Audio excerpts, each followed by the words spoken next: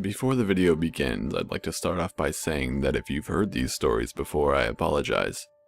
This video was requested to me hundreds of times by my subscribers, and they have told me that they wouldn't mind if it was a story they've heard before and that they just like when I narrate them specifically.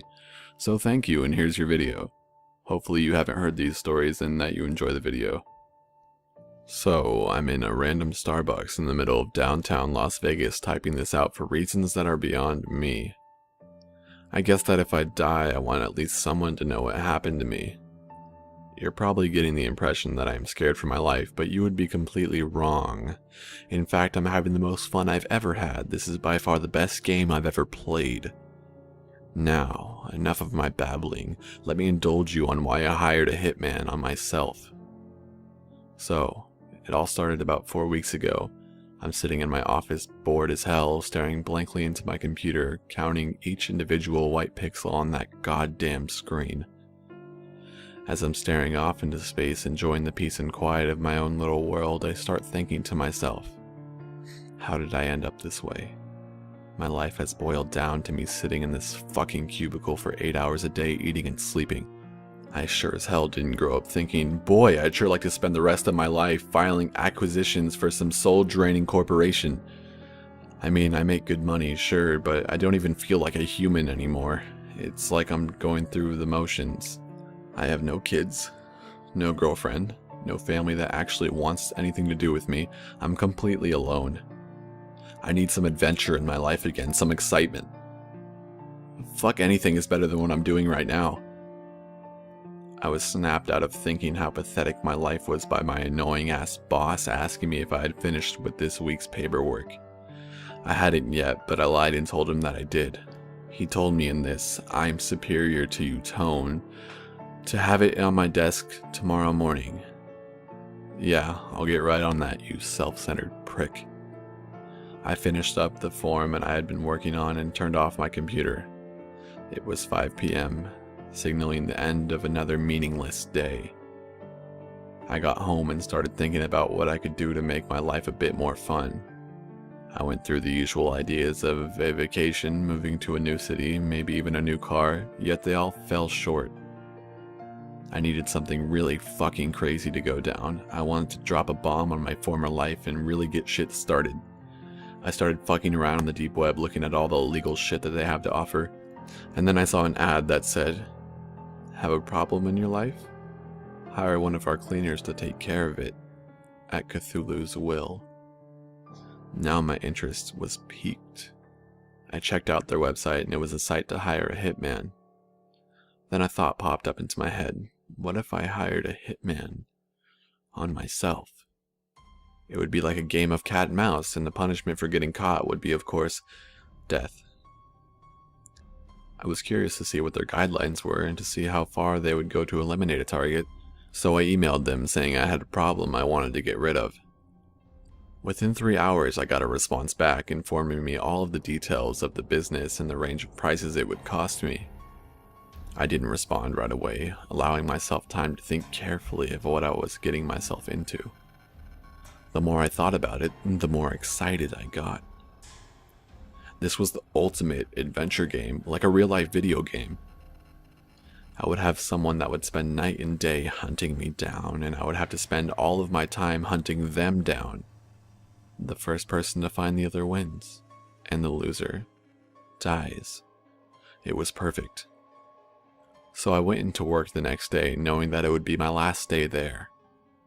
I did what every cubicle monkey dreams of doing. I told my boss that he can go fuck himself, told the smoking hot receptionist that I wanted to bend her over the desk and fuck her brains out, and destroyed every last form and file I had in that shithole prison just to make things harder for all the douchebags I worked with. Then I got to work on setting everything up. I went out and bought myself some new toys at the local gun store.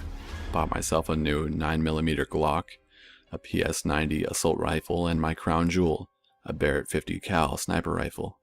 I also stopped by this nifty little spy store in my city and picked up a few things. A few objects with discrete cameras in them that allowed me to watch them through my phone, bug detectors, and a voice changer. I then took $30,000 from my savings account and converted it into bitcoins. After all that was completed, I contacted the man who had first emailed me and gave him all of my info, and told him that this man would be very hard to catch as he travels a lot and that he may be armed. I told him that I didn't want just one of their regular cleaners on the job. I wanted the best that they could offer. Shortly after sending the email, I received a message back informing me that they would send one of the best, but it would cost a bit more. He also said that as soon as I sent the payment, they would get started. The last line of email he sent me made me realize shit was going to get serious very quickly. Just a quick warning for you. Once the payment is sent and confirmed, there is no going back. The job will be taken care of and there's nothing that can be done to stop it. Perfect.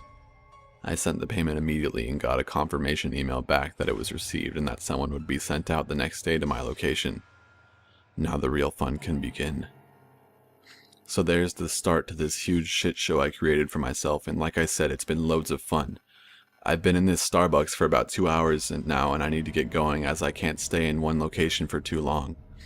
I'll update tomorrow with the rest of my story so far if people are interested. Wish me luck. Number 2. The deep web is one of the most amazing things on Earth, not because of how joyful it makes people or anything, but because it is a completely uncensored view of people. You can speak your mind, buy what you want, do anything you want. When on the deep web, you have a complete and total freedom. I had always been fascinated by the deep web, and at the time the events in this story occurred, I was in college. Lots of people at my campus had really been getting into accessing the deep web. It was almost like a trend. With so many people getting on it, it seemed perfectly safe for me to give it a try. Now, I had always heard of the deep web horror stories of hacking, stumbling on disgusting sites, and people even somehow finding your address.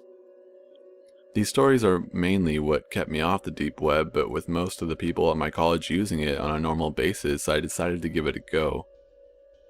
I asked a friend to come over and help me set it up. When my friend arrived, we opened up my laptop and began to set everything up. He told me that we were using Tor, a program that lets you access the deep web. He also asked me if I was planning on doing anything illegal, to which I replied, no. He said that since I wasn't, we didn't need to install Tails, which is apparently a software that makes it more secure if you plan on doing illegal things. A little while later, everything was set up. I had my new IP address and my friend gave me a brief rundown of what to do and what not to do. He made it very clear that when I was using the hidden wiki that I kept it on censored mode so that it would be less likely for me to see something I didn't want to see. After about 2 weeks of using the deep web, I felt like a pro.